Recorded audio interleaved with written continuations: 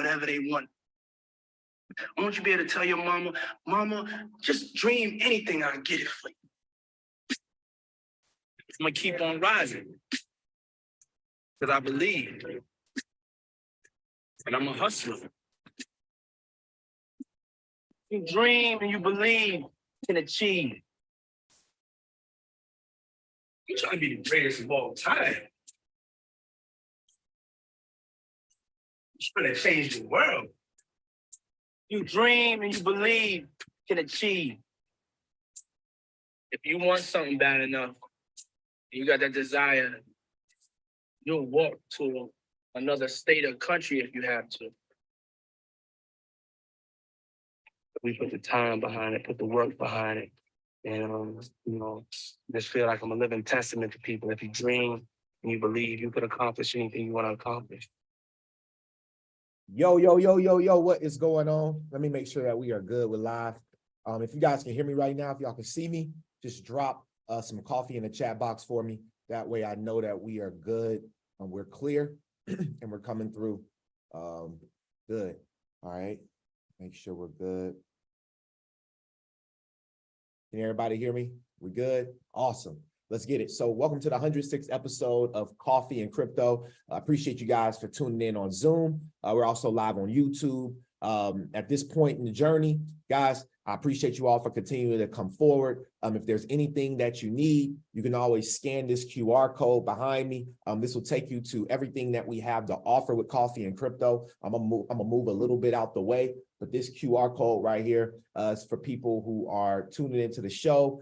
You'll be able to see this QR code pretty much everywhere. It'll be around your city. It'll be on billboards, be everywhere. You guys will start seeing this QR code with Coffee and Crypto. And this will give you access to our Discord group, which we drop articles, different things that are interesting. Also, this will give you also access to more conversation. We're about to pick up the Discord group and start having more panel discussions after the show. Look to go a little deeper because sometimes, we want to be mindful of the time that we're spending on YouTube. So what I'm gonna start doing is just doing some impromptu things with the Coffee and Crypto community on Discord to help you guys just kind of communicate more, come together, congregate more, and really build out that experience, that community. So I appreciate you all for the ones that are already a part of our Discord group and the ones that will be joining. Appreciate you for joining. The second thing is this will give you access to our YouTube channel. This will also give you access to anything that we're doing, live shows, different things, events that we'll be hosting and having. Guys, you'll be able to find that here with this QR code. So welcome to Coffee and Crypto. For you all that don't know who I am, my name is Vincent Owens. I've been doing this for the last 5 years. I started with a previous show with the Crypto Nerds. I did that for about 3 years, learned a whole lot, really learned how to lead in this space, learned from some amazing mentors, and now I'm able to be the amazing mentor that does all the research every single day. Guys, I've been in a rabbit hole since 4 a.m. this morning, and it goes to say without a doubt that if you really want to master this, you got to put in those 10,000 hours, right? One of the biggest advices that I would give to anyone, the biggest advice I would give to anyone looking to join as a crypto advisor, if anybody's looking to do real estate, life insurance, anything, you know what I mean? It don't matter what it is you do. There's a certain law and a certain rule. And I've been reading this book, probably going on my third time picking this book up and reading it. But shout out to Grant Cardone, been reading the 10X rule. This book is the only difference between success and failure, going 10X. See, some people go 10X the wrong direction. Some people go 10X in the right direction. For those that go 10X in the right direction, you'll achieve absolute success. For those that go 10X in the wrong direction, you'll achieve absolute failure. And there's those people that kind of sit in the middle and they always wonder why they never really get to the top, why things don't continue to maybe push forward. They don't get the phone calls they look for. People aren't looking to partner with them. People aren't calling them for deals. The reason why is because of this, right? And I won't say that I'm 100% 10X, right? But I'm working on it. That's why I'm reading it. That's why I show up to this show. I make sure that I'm here no matter what. this right here, it's time to really take this 10X, right? It's time for Coffee and Crypto to really take the advice of Grant Cardone. And so that's why I'm reading this, to really figure out how to start 10X in our community, how to really start helping you 10X our community. Because without you being in the Discord group and saying good morning, without you being in the Discord group and dropping articles, without you being in the Discord group and just showing up to the calls, there's no way for the Discord community to go 10X. So in order for it to go 10X, I got to find people that don't mind going 10X with me. If you're one of those people, just drop a 10X, whether you're live on YouTube, live on Zoom, throw a 10X if you're going 10X this year with us. And I'm really excited for today's show. I'm really excited for today's show. What you can expect for us to talk about today is a couple of things. And guys, please send this link out. If you're going 10X with me, all right, if you're the type of person that said, I'm going 10X, send the link to 10 people. Send the link 10 times in the group chat. Send the link 10 times in another group chat.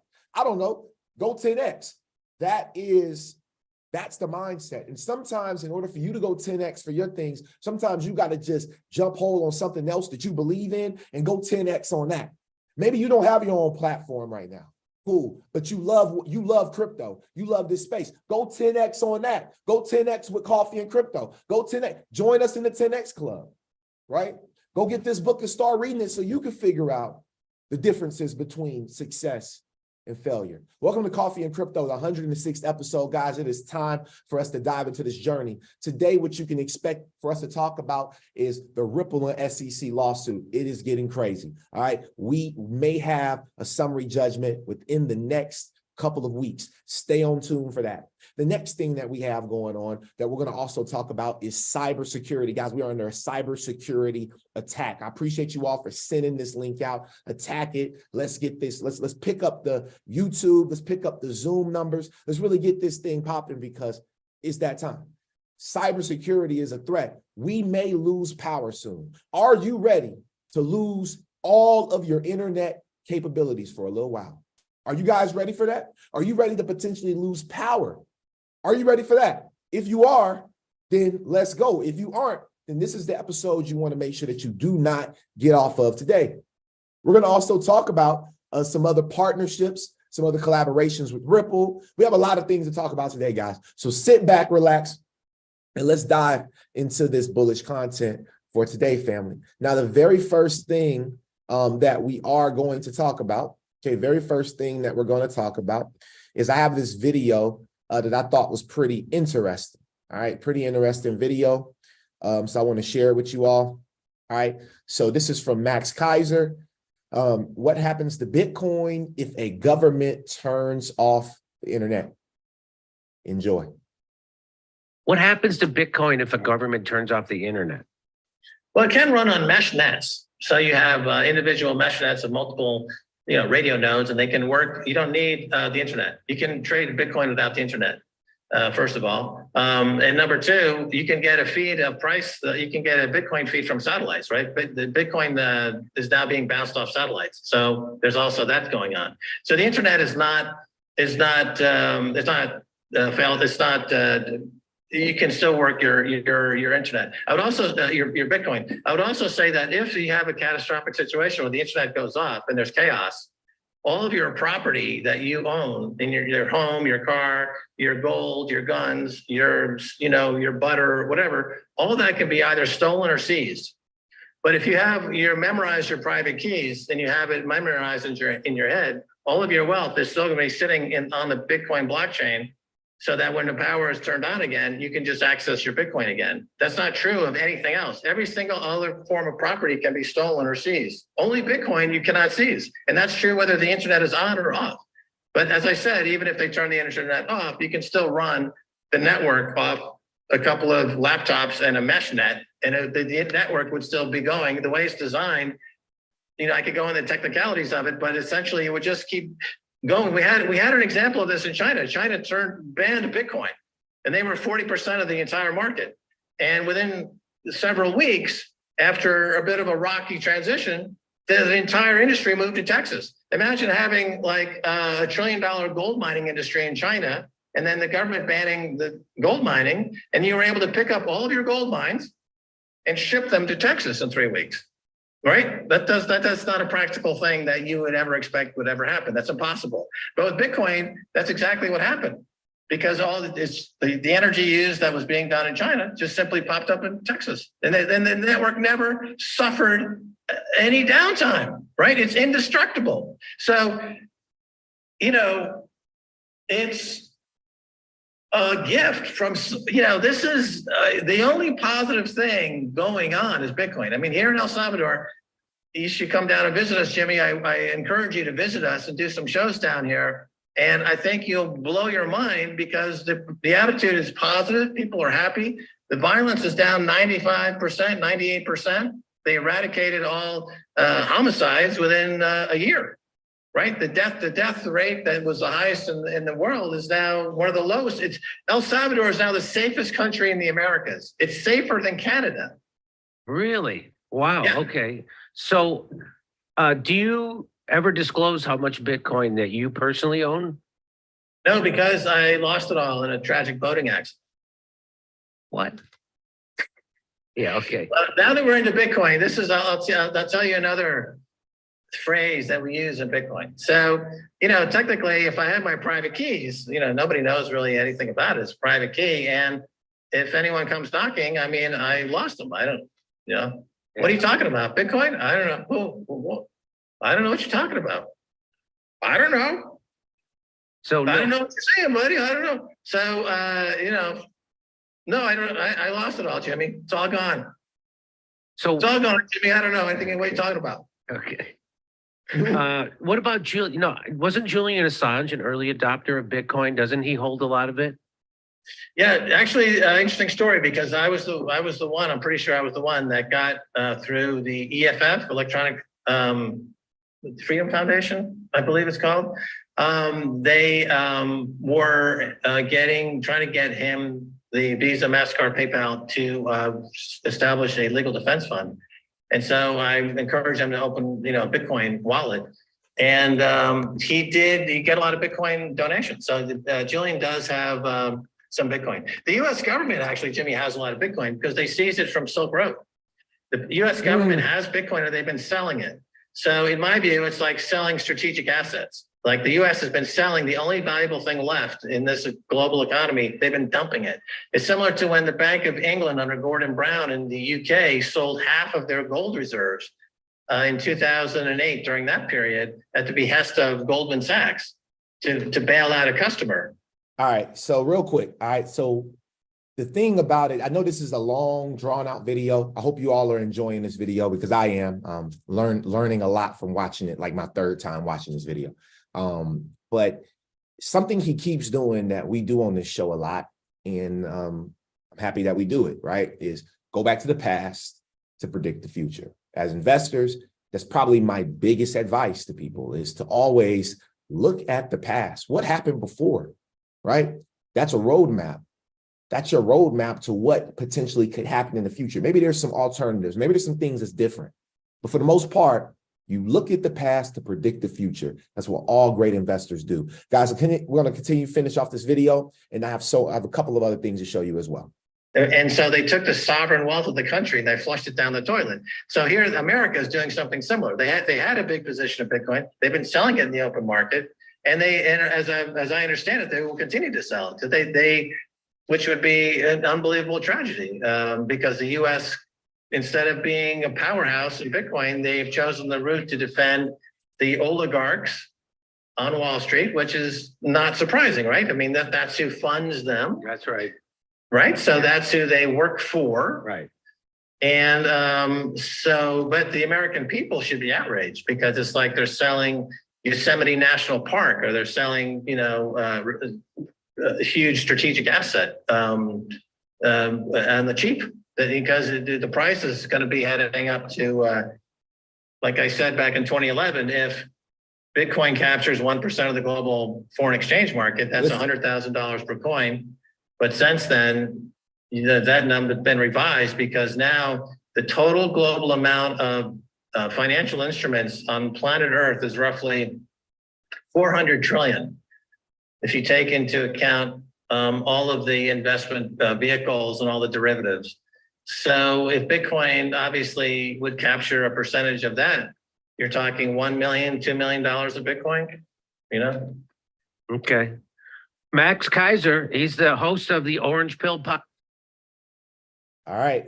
So if we can get 1%, if Bitcoin itself can cover 1%, all right, 1% of that, we're talking about $1 million per Bitcoin. That's crazy. I don't know about y'all, but to me, Bitcoin does not have the utility to capture that market, but we know what does. All right. I don't have to say its name, but if you've been on this show long enough, you know what I'm talking about. Welcome to Coffee and Crypto, the #1 cryptocurrency morning show in the world. Make sure you smash that subscribe button. Also, make sure you smash the like on my YouTube channel. It really helps with the algorithm. I really appreciate you good people for always, just, being there, staying connected, staying plugged into what it is that we're doing. All right. And I vow to continue to bring nothing but the most quality content that we could find on all the interwebs. U.S. criminal charges against Sam Bankman-Fried don't warrant dismissal. Excuse me. Prosecutors say lawyers for the disgraced FTX executive filed pretrial motions in early May to dismiss most of the charges on technicalities or procedural issues. All right. We have not been covering really Sam Bankman-Fried. There has been a whole thing that's been going on. All right. I've been seeing it on Twitter. I've been staying on top of it. But right now it's not really, that time came and now he's dealing with the repercussions of his actions, him and his team. Okay. So they filed, his lawyers wanted to, again, dismiss most of the charges. And as you all can see, they're saying no. The courts are saying no, we're not doing that. So we'll see how this continues to unfold. But again, if you look back at 2008, you look back at the dot-com bubble, there was a Sam Bankman-Fried. There was a Sam Bankman-Fried there, okay? And so pay attention to what happened to that person and then what happened after that. And that's where we are right now. We've seen the arrests. We've seen multiple deaths, right? We've seen all types of things happen in the crypto space, right? In the fintech space. Now, let's look at the past to see what happened after those past proceedings that were the same as right now. And now we'll know how to move. We'll know how many companies will be around, right? Because things don't change, right? Another thing I wanted to bring up today, thought it was very interesting, especially for my real estate people. Is there anybody interested in real estate?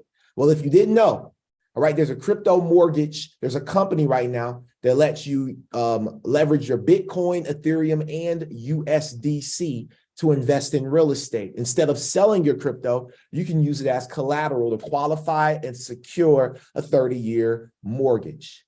Watch this video, fam. Milo is a barely 3-year-old mortgage lender that has worked so far mainly with international clients, closing over $100 million in loans in the last 15 months. Now it's getting into crypto loans. CEO Joseph Rupena joins us to explain. Thanks so much for being here. In the simplest terms, how exactly does a crypto mortgage work? Absolutely. It's a pleasure to be here on the show this morning. So a crypto mortgage is really an opportunity for individuals that have crypto to purchase real estate. And we do that by getting comfortable with them as borrowers, as well as the fact that crypto is a fantastic long-term asset to hold. So do you actually lend them Bitcoin and Ethereum to buy a house, or is it based on the underwriting? Great question. So this is for individuals that already own crypto. So they own Bitcoin, Ethereum, or stablecoin. And this allows us to underwrite that as well as them as a borrower to be able to extend credit to them and be able to purchase real estate in the US. But you're actually lending them dollars, not necessarily the Bitcoin and Ethereum, correct? That's correct. That's correct. So we're providing a mortgage, so dollars. So similar to a transaction today that happens where there's a seller that would like dollars once they sell their property. We do the same thing. We facilitate that by extending dollars to the seller. And then we provide a mortgage to the borrower, in this case, the individual that has crypto. But they could actually make their monthly payments in crypto if they want, correct? That's correct. So they can pay in crypto, or they can actually make payments in dollars, whichever they choose. Okay, so let's get into the underwriting of this. When you generally underwrite a borrower, you're looking at what their assets are, what their money in the bank is, basically, and that's pretty settled. I mean, when you have an amount of dollars, you have an amount of dollars. But being as volatile as crypto is, if you're underwriting a borrower based on the amount of crypto they have and considering that mostly their wealth, then isn't that volatility a huge risk to you?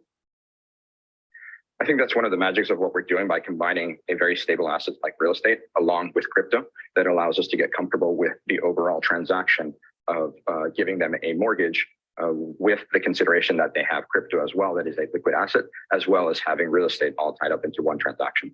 So that actually smooths down the volatility for us. So why exactly do we need crypto mortgages? So there's some really interesting information, and it's really not so much where the world has been, but where the world is actually going. If you think about this past year, about 1 out of every 8 consumers actually liquidated some crypto to go out and qualify for a mortgage.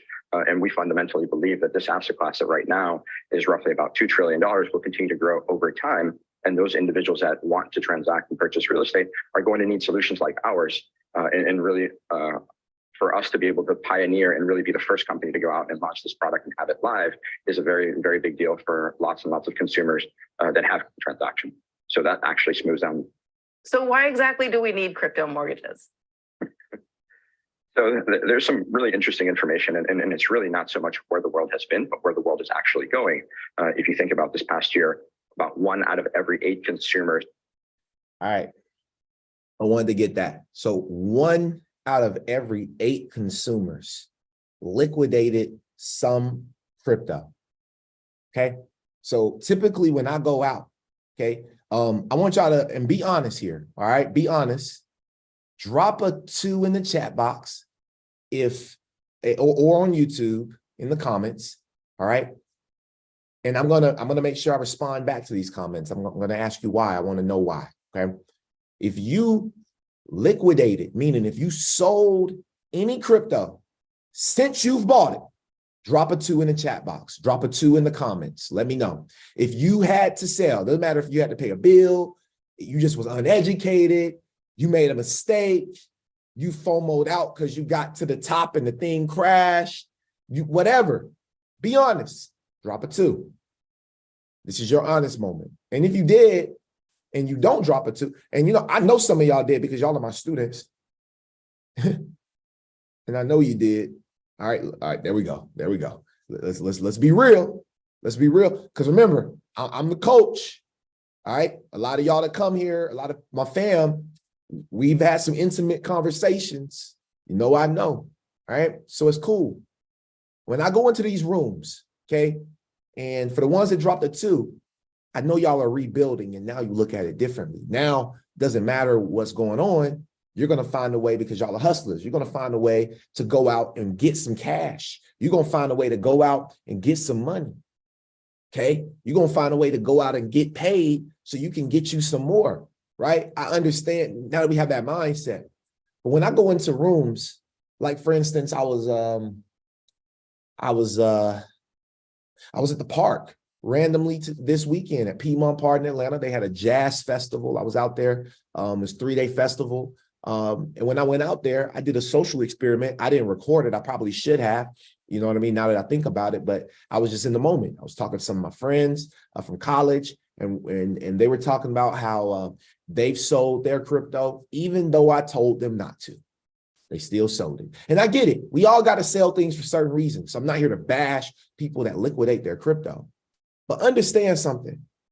It's too early in the game. You can't sell something that's too early in the game. Way too early to be even thinking about selling. We should be focused on accumulating. Out of the 5 years that I've been buying crypto, and this is one of my most proud moments, because we haven't even seen the bull run that we're going to see. So I'm not touching it. Over this last 5 years, I've only put money in. I've only dollar cost averaged in. I've never pulled out. Some people would say, hey, that's irresponsible. You should have dollar cost averaged out during that last bull run and you have a little chicken. But what was I really going to do? What was I really going to do with 50 grand? What was I really going to do with an extra $80,000 in that bull run? What was I going to do with that? Okay, I could have went and flipped it in real estate, but guess what? If you sold it, flipped it in real estate, and bought it again, but I've been in for 5 years. Do you understand? I've been buying XRP since it's been 10 cents. Why would I sell my 10-cent position? Mr. Branch, it don't make sense. Why would I sell my 10-cent position to exit at $1 and something? That way I can buy again at 20 cents or 30 cents or 40 cents. The math is not adding up, but if it adds up for you, cool. I'm here to tell you guys that it is too early for us to be focused on. Let these companies mature. Let's let these companies mature, but we must continue to push forward because we do have quite a bit to show today. All right. Now, Daniela Cambone, okay, she says that well, I'll let you watch this video real quick with G. Edwards Griffin. Okay. So I want to push it a little further. Okay, let's play this out, this scenario out. We're all on a digital payment system. There's no more cash, no more paper money. They know everything I've done since I woke up at 5:30 a.m. this morning. What do they do with the info? So what? I'll ask you. Well, the so what part is that as long as you are not making waves and causing opposition to the program of the ruling elite, why you'll do okay because they need you. They need you to work and produce whatever you produce for the system. But the minute the AI detects something or patterns of performance on your part that rings a bell, then they'll suddenly look at you very closely and decide whether or not you really are. You deserve to continue to even exist. Okay. So now we're moving into our artificial intelligence section of today, talking about AI and how these new technologies could be leading to this cybersecurity problem that we're going to face today. We're going to talk about. All right. Now, here was another quick 47-second clip. Black Swan Capitalist, which really love this channel.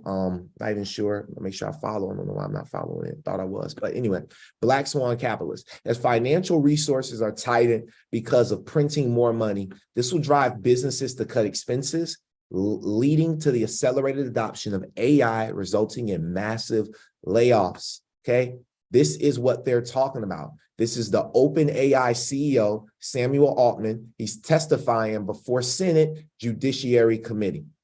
There are harms, risks of generative AI, even in its current form. Let's just run through it. Loss of jobs. And this isn't speculative. I think your company, Ms. Montgomery, has announced that it's potentially laying off 7,800 people, a third of your non-consumer facing workforce because of AI. So loss of jobs, invasion of privacy, personal privacy on a scale we've never before seen, manipulation of personal behavior, manipulation of personal opinions, and potentially the degradation of free elections in America. Did I miss anything? I mean, this is quite a list. I noticed that an eclectic group of about 1,000 technology and AI leaders, everybody from Andrew Yang to Elon Musk, recently called for a 6-month moratorium on any further AI development or harms, risks. Okay, so there's a whole nother beast, right? So we talked about this in probably one of our really beginning episodes. This could have been like episode 10, episode 8. All right. So for my vets, the people that's been around, I know y'all remember when we talked about Web 4, right? A lot of people are trying to wrap their fingers and their heads around Web 3, but we have moved into a new web, which is Web 4. Web 4 is the progression of artificial intelligence. Web 4 is where we have complete AI dominance in the market. Okay.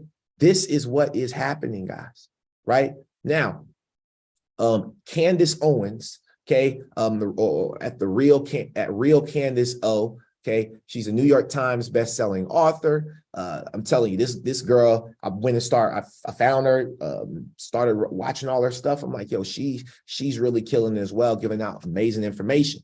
Okay, in this video, she talks about the World Economic Forum, okay, and how we can look at the past to predict the future.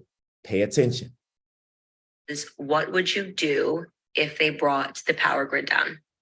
And by they, I mean if the government purposefully brought the power grid down. And I'm not asking that question for fun. I'm asking that question because the World Economic Forum is predicting that a cyber pandemic, you can look this up, been running exercises about it this year, is inevitable.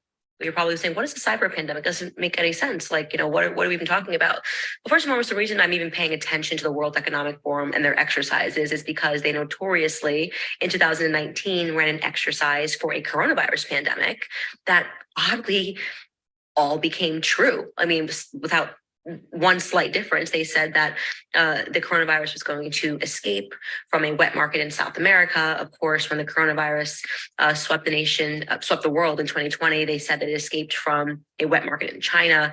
You can still look that up, by the way. That's not a conspiracy theory. They simulated that coronavirus pandemic. It was the World Economic Forum in collaboration with the Bill and Melinda Gates Foundation, in collaboration with Johns Hopkins University. And the website is still up, and they say, the coronavirus pandemic is inevitable. And then boom, it happened the very next year.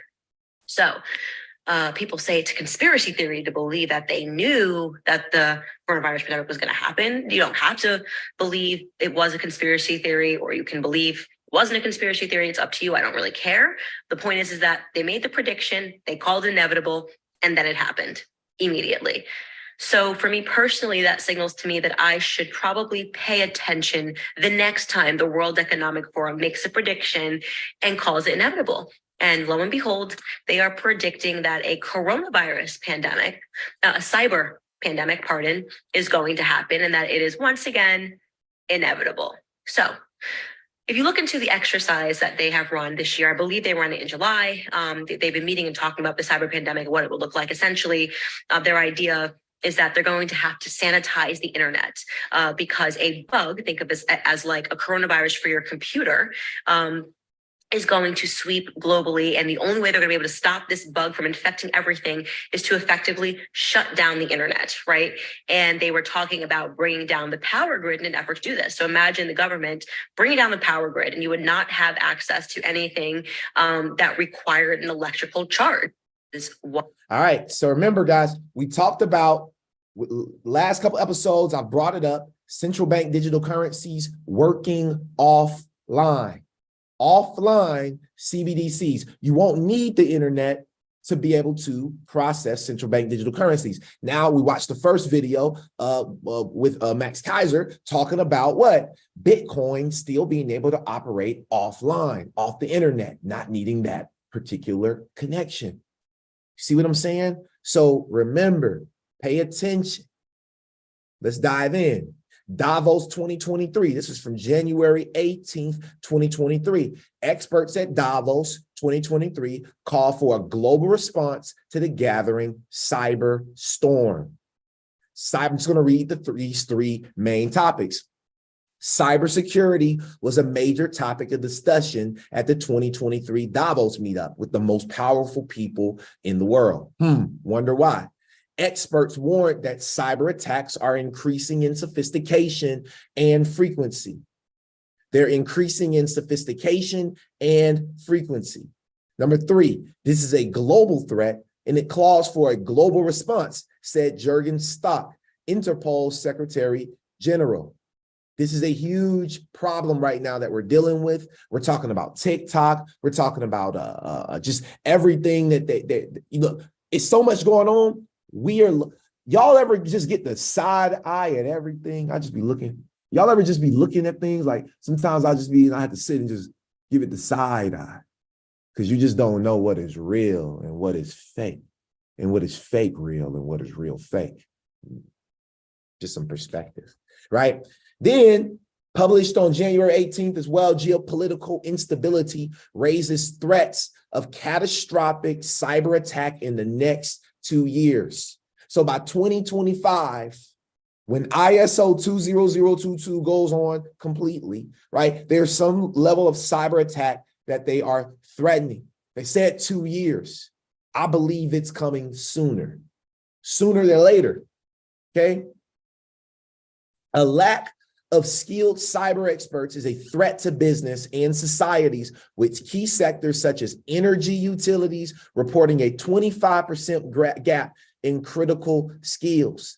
This right here is something that you all need to go back, even myself. Let's really dive in. If you call yourself an expert, if you call yourself someone who really loves this space, that's learning, guys, understand that cryptocurrency comes from the term cryptography, right? Cryptography. Within cryptography, there's two levels of encryption. You have encryption and you have decryption. If you don't understand the true difference between encryption and decryption, you really want to go and dive in. If you're buying cryptocurrency, yeah, you could come on here, just listen to me, invest in the things that I say that I'm looking into, do your research, invest into it, because I don't give financial advice on this show. However, one thing I recommend that you do is go back and research Davos 2023 and look up as much as you can on cyber attacks, on cyber security. Go and do this research for yourself and your family, okay? Here's the video, okay, from the World Economic Forum that came out, okay, 4 months ago. Yes, let's get it.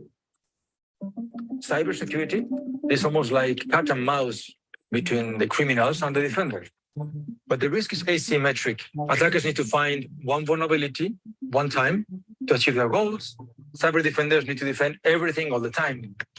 It's relatively safe to commit cyber crimes because of jurisdictional issues. And right now is a really profitable business model for criminals. No company is too small to be a victim of a cyber attack. And we've seen that over and over in the past few years. We see these attacks taking place at national infrastructure. We know that if we lose electricity, if we lose water, then people are vulnerable. People who have illnesses, they die. This is not just about causing inconvenience. Much of cybersecurity today, as practiced, is firefighting because it has to be. We used to think of it as castles and moats. The thought of all of my networking has to happen within the confines of the perimeter that I'm responsible for. I think that idea has shifted. There are more and more devices connected to the internet, and it's all very convenient, but cyber criminals know how to attack those devices. People can work from home, they can work on a business trip, they can access from different organizations, there are third parties. So the perimeter has to be understood differently. Cybersecurity is not only at the perimeter, but in every transaction. It's not about having a team of cyber experts saving the world, because it will not work. It's about having everybody to be conscious about the risk so that they can play their role. And the responsibility of cyber leaders is to make this responsibility everyone's responsibility. We're dealing with a multi-stakeholder problem, but we're still living in a world where there is no global governance. Neither the public nor the private sector will be able to manage the cybersecurity war that is happening. Those that have a common enemy need to work together. When we talk about true private and public sector cooperation, it's effectively passing the ball to the public sector in a way that the public sector can understand and use technical information. The pressure is on for us to become more collaborative, more effective, and to move more quickly. So as the metaverse develops, as quantum computing comes online, we're ready to work with those experts who truly understand those new harms that we can't even think of. Cyber is not a risk that you can make disappear, but it's a risk that you can manage if you become agile and proactive, and you come with the right talent and skills to face the challenge.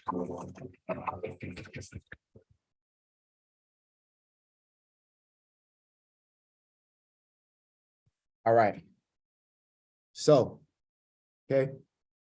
Global cybersecurity. This is a threat.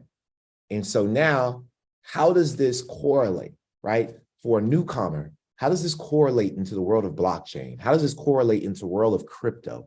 How does this correlate into the world of metaverse? How does this correlate in the world? Let's talk about it. Okay. I'm not here to talk about who owns it. I could care less. What I'm here to talk about is what's happening, right? Because all the other stuff is like, it's fog. It's fog. The things that matter is right now, is what technologies can we really get invested into to really upset and change our life? It's important to know, to dive deep and be in a rabbit hole on this stuff, because we're all experts in different spaces and different places. I'm not an expert on it. I don't know who owns it. I don't know, like I hear stuff, but I don't dive deep enough into it. What I dive into is how this correlates back to what I teach you all. And how this correlates back to what I teach you all is, for one basic example. And I meant to pull this up, but I'm gonna go ahead and do it anyway. Okay, first off, let's take a look. Okay, the company Hedera Hashgraph. Okay, this company, if you all don't know, I've done a masterclass on Hedera Hashgraph. You can go and get the $100 for the masterclass right now. You guys can go and get the recording, get everything that you need, and have access to that, right? XRP, Ripple, we've done a masterclass on that one as well. I have a masterclass that I'm about to do on this upcoming Saturday that I'm announcing today. Okay, this is like in Atlanta, my homies say it's sundress season, because this is when the sundresses come out. I tell them it's masterclass season, because this is where we master. Look, this summer ain't gonna be as popping as the next summers for me, right? This summer is where I lock in. I ain't rich yet. I ain't thinking about no side. I'm not out here trying to spend money on sundresses. I'm trying to invest. I'm trying to become a master. Masterclass my body. Right? You know what I mean? That's what I want on me this summer, right? So check this out. Hedera Hashgraph is on the World Economic Forum's website. Why? Because they have a governing council of the leading world organizations that are tech companies, okay? That are tech companies that are focused. These companies are building NFT platforms. They're building in the metaverses. They're building this. They're buying up land on the real world and in the metaverse. Understand that these companies are looking for Web3 companies that they can work with. Look at this, how we create an international framework for privacy and preserving digital ID. This is what we are running into right now. And so literally, Hedera Hashgraph is a partner of the World Economic Forum, the elites. If that's not enough, check this out. Hedera helps mitigate fraud, reduce costs, and build trust for all stakeholders of online applications and digital transactions, protecting customers at all costs, right? They have an enterprise-grade security, right? In identity standards, okay? Tamper-proof, verifiable stamps, auditable, everything that you're looking for in a company, this blockchain company uses it, okay? Now, speaking of Hedera, I got a video for y'all. Enjoy.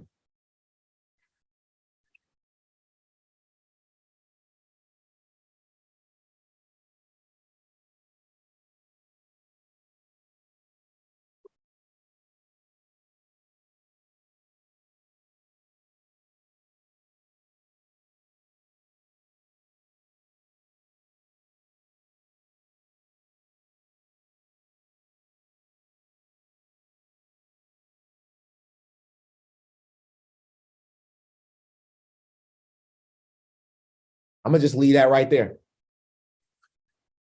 Begin with the end in mind. And somebody drop that in the chat. Begin with the end in mind. Begin with the end in mind.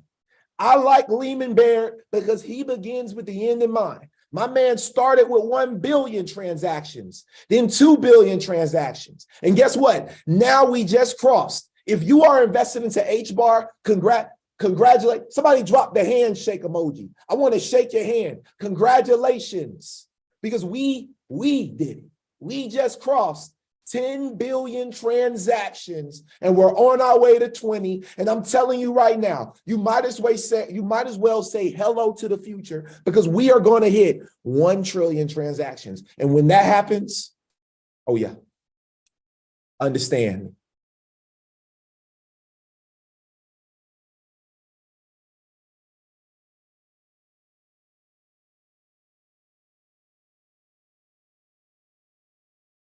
You feel me? We're just getting started. Hedera hash graph. If you got your H-bar staked right now, congratulations on just building free wealth. See, my H-bar that's being staked right now, see, I'm going to tell you about that. That ain't even for me. That's for my kids. That's for my kids. You know what I mean? That's for my grandchildren. That's what that H-bar is for. Yeah. That's who that's for. Told y'all to start staking it so you can leave something for your kids' kids. Come on. There's strategy to this. Okay? We got a couple more videos, couple more moments. Then we're going to get into the Q&A because I feel like today has been off the chain. I'm loving y'all energy. I'm loving the engagement. It's up right now, man. Drop some coffee in the chat box for yourself, all right? Because there's nothing better than a little crypto in your cup in the morning. The role of gold and silver and how it can be associated with distributed ledger technology. It's something that we have not explored, but certainly we are very, very keen to explore distributed ledger technology for all sorts of purposes, particularly in the fintech world. The role of gold and silver and how it can be. Listen, the role of gold and silver, right? Listen to this again, y'all. The role of gold and silver and how it can be associated with distributed ledger technology. It's something that we have not explored, but certainly we are very, very keen to explore distributed ledger technology for all sorts of purposes, particularly in the fintech world. That was from maybe longer than 4 years ago. I think the video said like 2018. All right. This is the head of the European Central Bank right here. This is one of the elites, part of the World Economic Forum. I'm just pointing things out, guys. I don't have an order today. I'm just, look, interesting things that I saw. I want to make sure I bring them to the forefront so you can keep your belief, so you don't liquidate too soon. Robert Kennedy Jr. slams the SEC for protecting banks instead of American people. Calls for crypto-friendly commissioners. Guys, I told you all, pay attention to wolves in sheep's clothes. Every single politician that wants to win this presidential candidacy that's coming up, oh, you better be pro-crypto.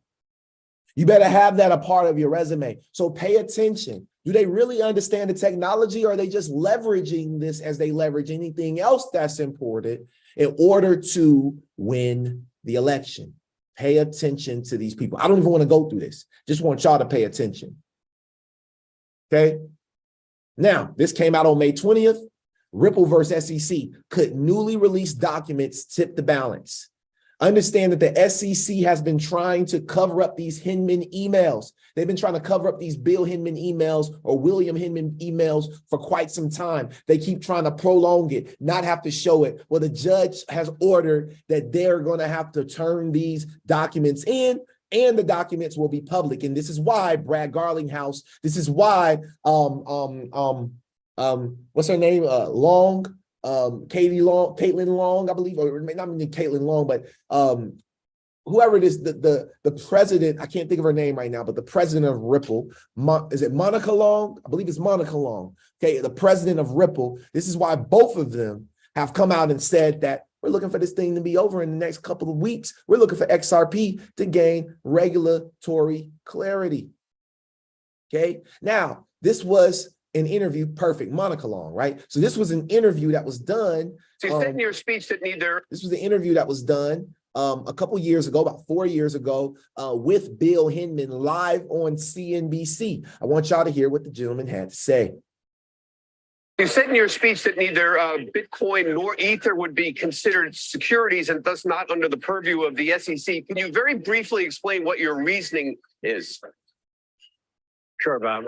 These are complex facts and circumstances tests, but when we look at Bitcoin or if we look at Ether and the highly decentralized nature of the networks, we don't see a third-party promoter where applying the disclosure regime would make a lot of sense. So we're comfortable in some sort of viewing these as items that don't have to be regulated as securities.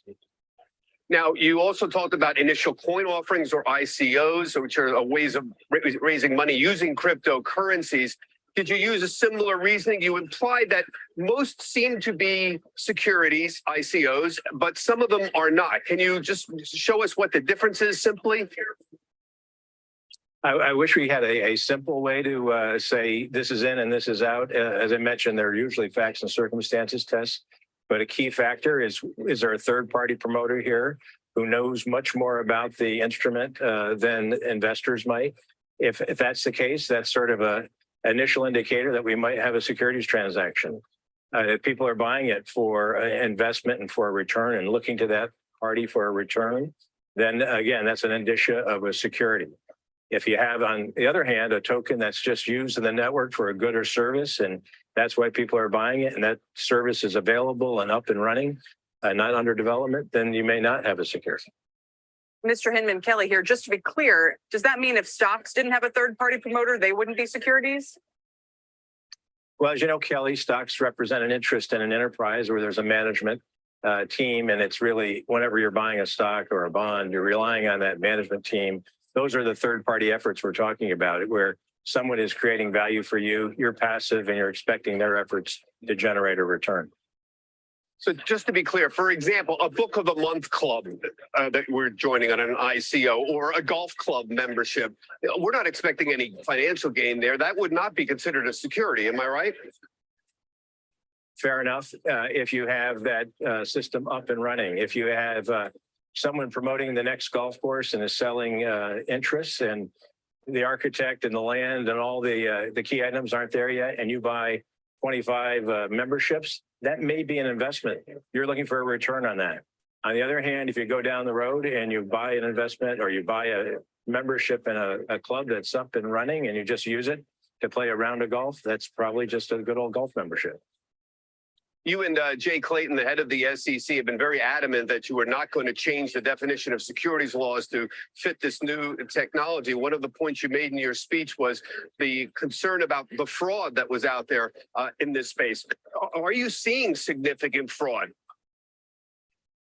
We do certainly see cases where people are trying to repackage an investment opportunity as a coin or a token and saying that somehow because it's labeled that way, it's not an investment security. And in many cases, we have seen people doing that where the underlying enterprise is not a solid investment opportunity. It's been misrepresented. So we do see fraud and we do see it being packaged up this way. On the other hand, we think there's an enormous amount of promise in the distributed ledger technology and blockchain technology. And we meet frequently with legitimate parties here really trying to do something innovative, and we're trying to help them navigate the securities laws as they do so. So y'all heard it, right? I mean, multiple, you heard Christine Lagarde talk about it. Now you hear him, Bill Hinman talk about it. They use the same term, distributed ledger technology. I wonder why. Well, let's dive into it. All right. So let's dive into it. So Bill Hinman is the former director of the SEC, all right? He is the person who, this whole entire lawsuit that's going on right now for 2.5 years, he's the reason for the season, all right? Now, before we dive into anything else with Ripple, I want to show this video right here from Digital Asset Investor, and then we'll be pretty much done here in the next 5 minutes, all right? So he says, I wish Bill Hinman had been as excited about a potential Ripple IPO as he was about Chinese Alibaba IPO. What are the damages? Pretty well. And as I mentioned, lots of folks now in China make a living one way or another, either through selling goods on the sites or being part of this infrastructure. And so it's become an incredibly important part of the Chinese economy. And it's sort of a very interesting thing for the U.S. to think about. I think we should be very happy that they've come here to raise capital.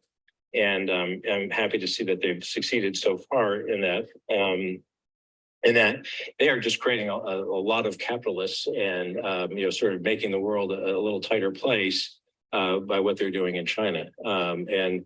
I think the Chinese government is now quite respectful of what Alibaba is doing and some of the sovereign risk or the country risk that people associate with Alibaba is somewhat mitigated by that because I think they've become such an important part of the Chinese economy that I think the Chinese government recognizes that Alibaba is a generally good force, creating lots of jobs and improving the economic situation in China by facilitating so much commerce.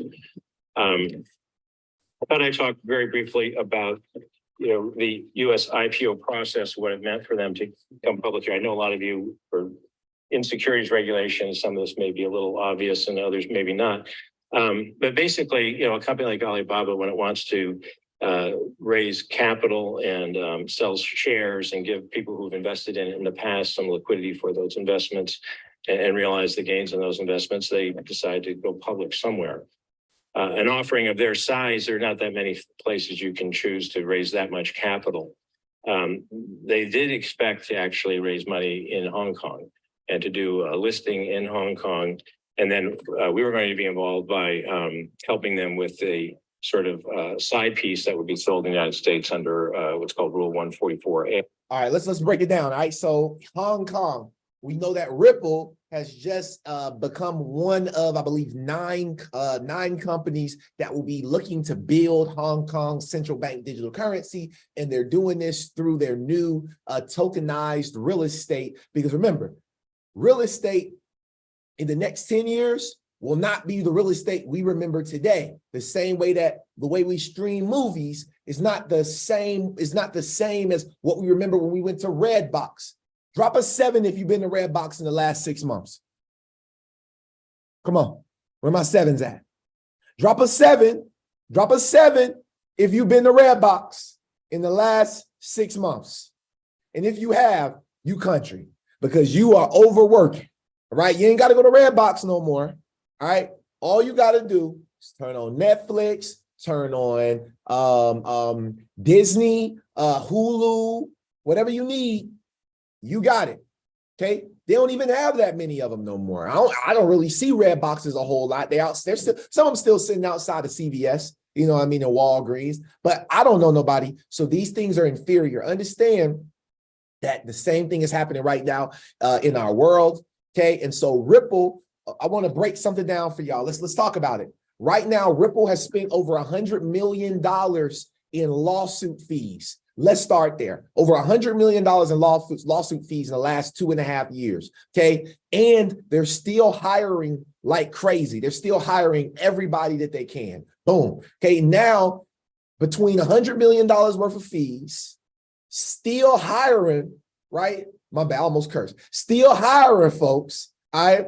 And then now they're acquiring the largest businesses, large banks, large remittance companies. Do you understand that Dubai is one of the largest places right now, the UAE? Everybody is moving to Dubai. Dubai is becoming a behemoth of a country. And understand that in Dubai, with all these people moving there from Japan, from all these other countries, they're going to want to send their family back money, the same way that the United States has always been that leading country that's doing cross-border payments, foreign exchange trading.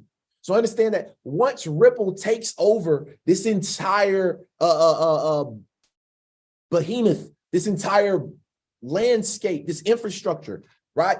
Check this out. Ripple acquires 40% stake in Asia's leading cross-border payment specialist, Tranglo. This happened back on May 29th of 2021, right? This happened back in May 29th of 2021. Okay, give me 2 seconds, y'all.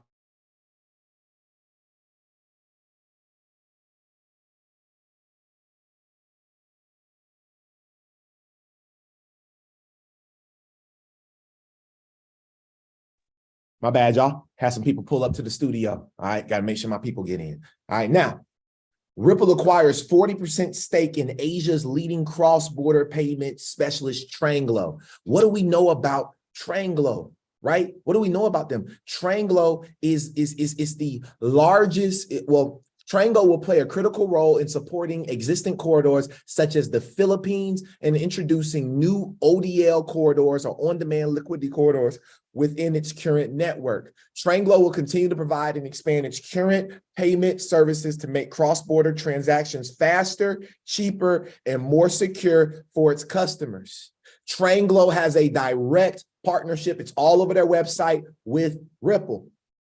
Well, check this out. This month, Ripple also buys Swiss startup, right, which is called Medico. Medico is a Swiss crypto custody services firm. The company announced on Wednesday. Why is this important? Well, this is a huge deal because when we're talking about custody of crypto, right, you either are going to self-custody in your ledger, which we've been telling y'all to get a ledger, or the banks are going to custody for you.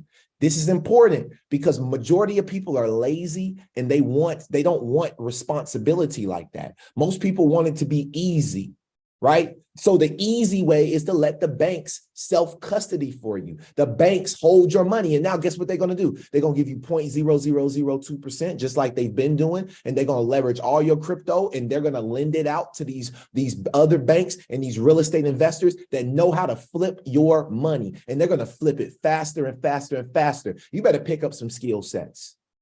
You better learn how to do some real estate. You better learn how to flip some homes. You better learn how to invest in the commercial real estate. You better learn how to do some life insurance. You better learn how to do some Turo. You better learn how to do something. You can't just sit on your big, fat, lazy behind. Get up and do something about it. Let's go. Right? So crypto firm Ripple buys the Swiss startup. This is important because when we talk about the World Economic Forum, they meet in Switzerland. So if they just bought the biggest Swiss startup company, what do you think is happening? Because Ripple is a World Economic Forum partner. And the reason why I wanted to talk about Tranglo and Ripple was because Tranglo, this is the newest news out. This came out yesterday, fresh off the press. Appreciate you, Mr. Branch, for sending this over. Tranglo partners with Al Ansari, the biggest money services provider in the UAE. It is over with. It's over with. Tranglo uses Ripple. Ripple uses XRP. You can buy XRP and you can buy pre-Ripple stock right now on Link2. You can go get you some pre-Ripple stock. I'm grinding doing real estate so I can afford some shares of pre-Ripple stock before it gets on the market. Telling y'all right now, I'm grinding and selling services, selling books so I can afford to go and get this pre-IPO, because you better get it pre-IPO before it skyrocket on the initial price offering, okay? On the stock market. Ripple will be listed on the stock market after this SEC lawsuit, guaranteed. And now Tranglo is leveraged. Al Ansari Exchange is now leveraging Tranglo to be able to process cross-border payments either by using Tranglo Connect or RippleNet. Both are available. This is such big news. This right here, let me tell you how big this is. This foreign exchange company in the UAE, they have over 230 branches serving 3 million customers and processing over 130,000 transactions daily. Watch this right here. How many transactions can Ripple process daily? Right now. As of right now, let's see what Ripple can do. Okay. Let me see if I can find some valid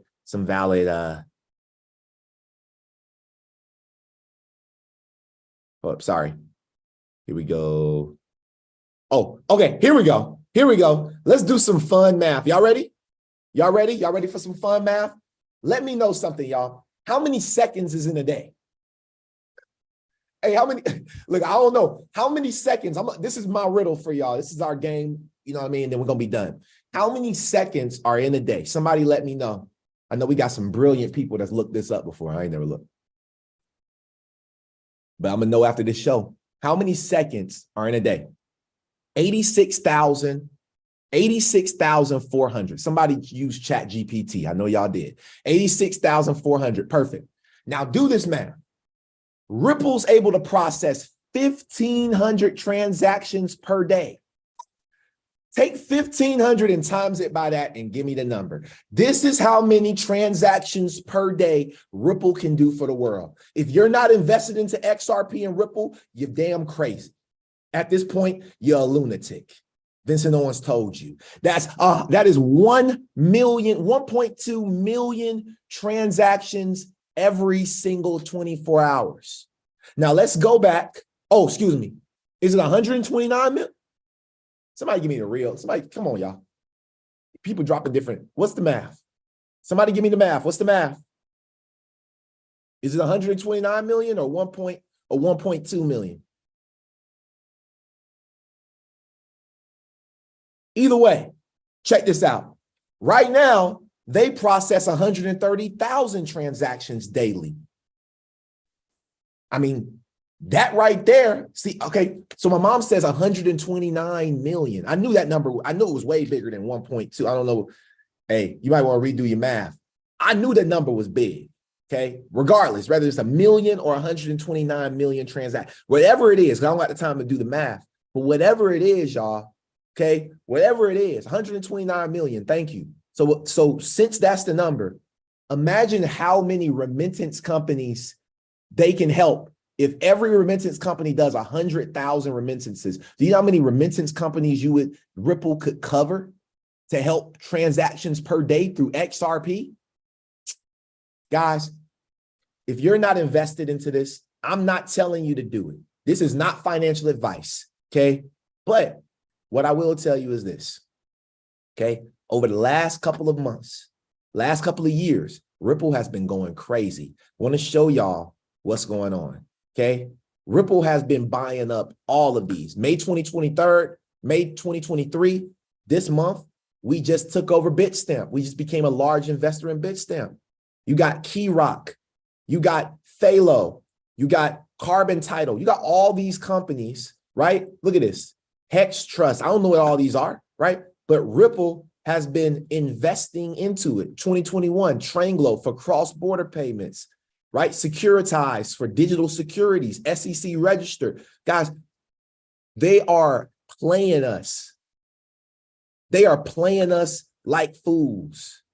And one thing we not on this show is fools. Shout out to all of my crypto family, my coffee and crypto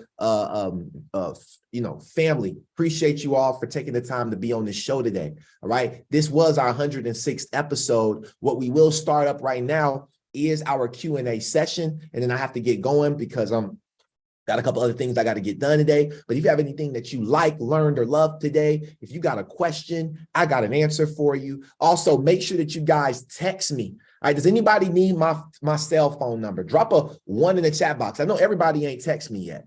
If you need my cell phone number, let me know. All right, I'm giving out my cell phone number. I'm like Mike Jones today. Okay, I'm giving it out today. I'm giving out my cell phone number. If anybody need, I'm like Soldier Boy.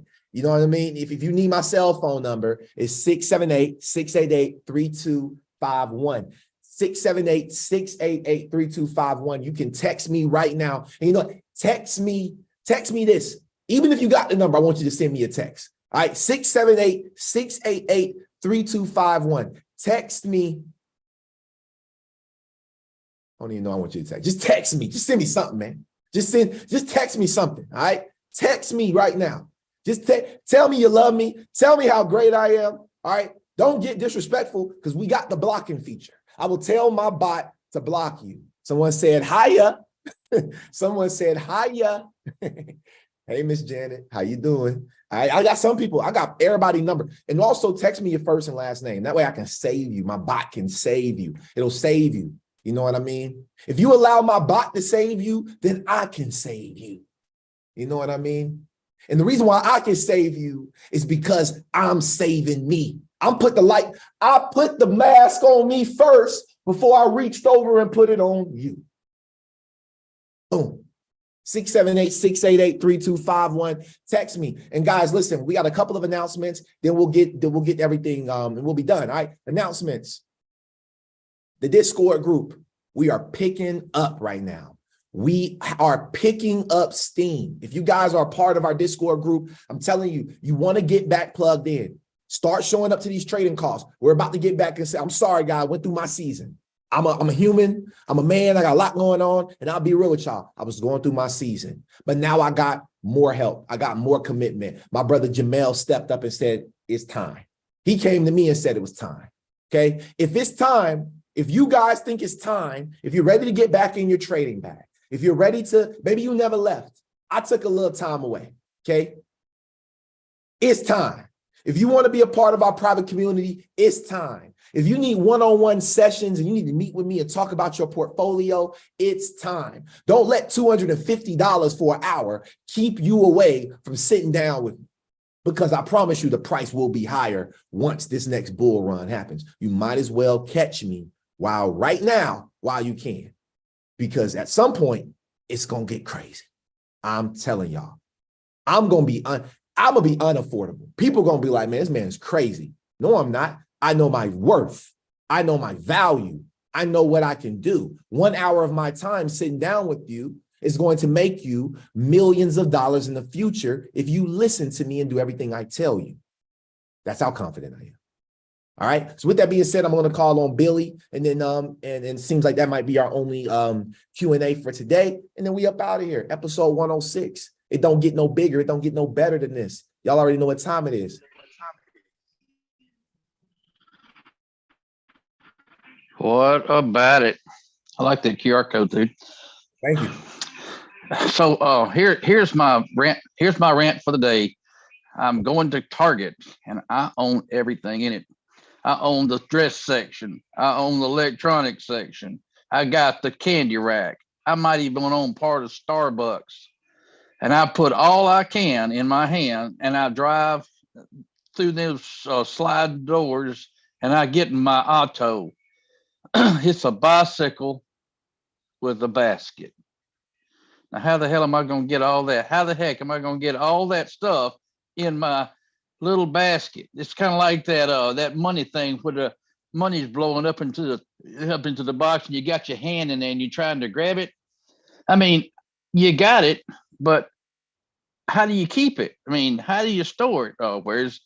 I mean, it's changing. I'm finding myself changing from platform to platform to platform. Ain't nobody on the web I mean, this is so new and it's so unteachable. And if you ain't here learning, you ain't getting it. I mean, it's almost like you have to ask me the question, Vince, for me to answer your question, because don't let me go off on you, starting to tell you what you need to know, because you can't get it.